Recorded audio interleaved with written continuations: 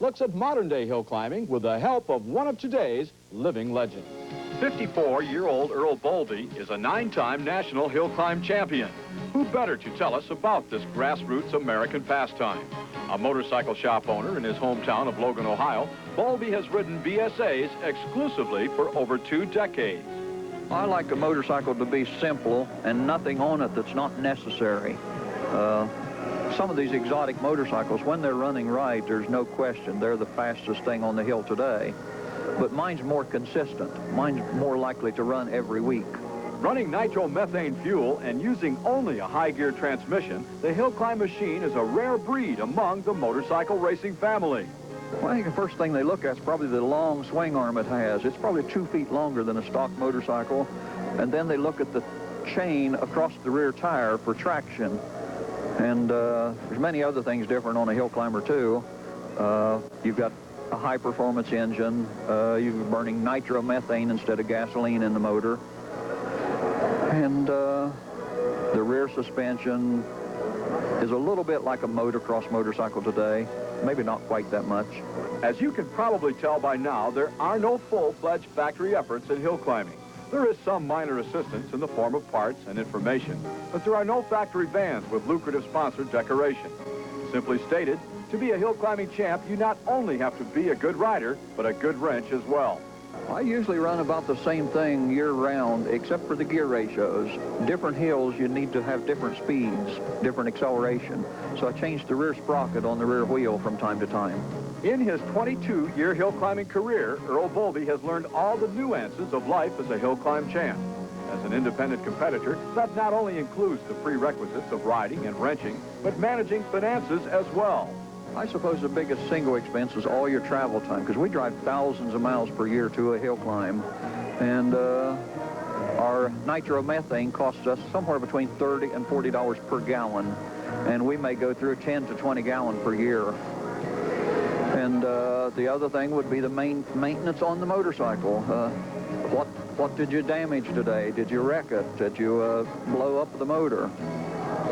You may have a lucky year, and you may only spend a few $1,000s in total expenses.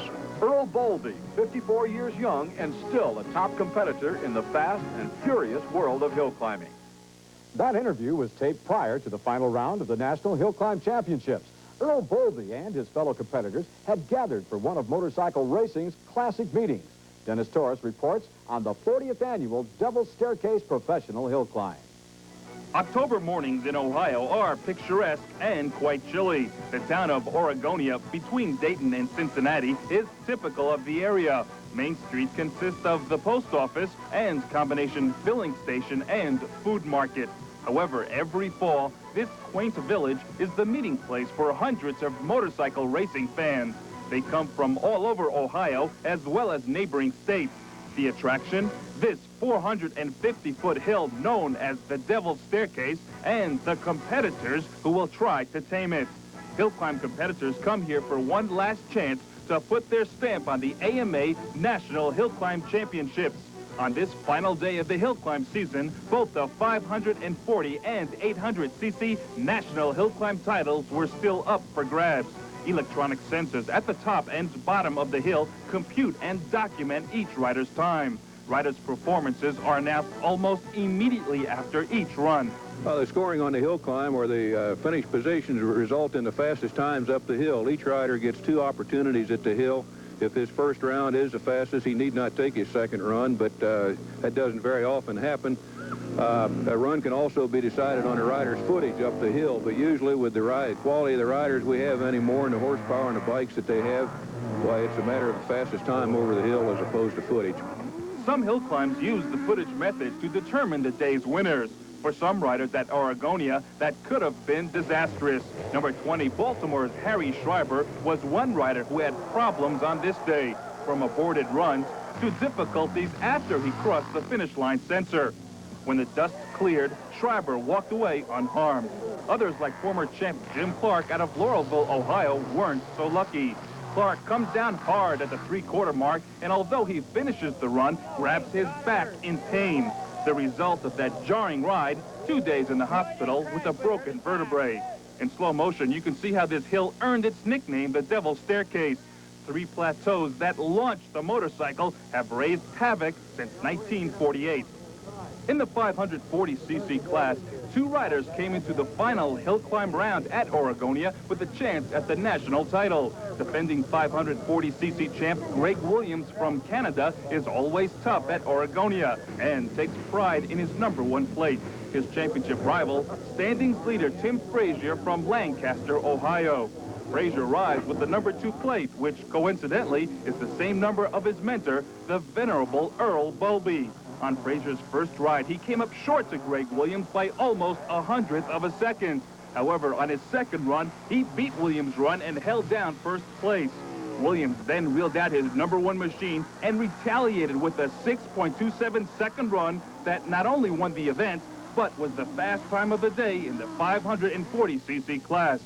Afterwards, however, Williams had to relinquish his #1 plate to new champ Frazier. Although he had won the event, he did not catch Frazier in the final point standings of the year. In the 800cc class, the story was youth versus experience. Lying in second place in the point standings was our old friend Earl Bowlby. Goshen, Indiana's Jeff Yoder, meanwhile, enjoyed a comfortable lead in the standings and was looking for his first ever national title. Earl was not about to hand the title over without a fight, though. The 54-year-old BSA rider bettered Yoder's first run time on his second and final run. It was up to Yoder to respond, and respond he did. He unleashed this run on his Harley-Davidson, which set fast time of the day, won the event, and clinched the #1 plate for next year's 800cc class.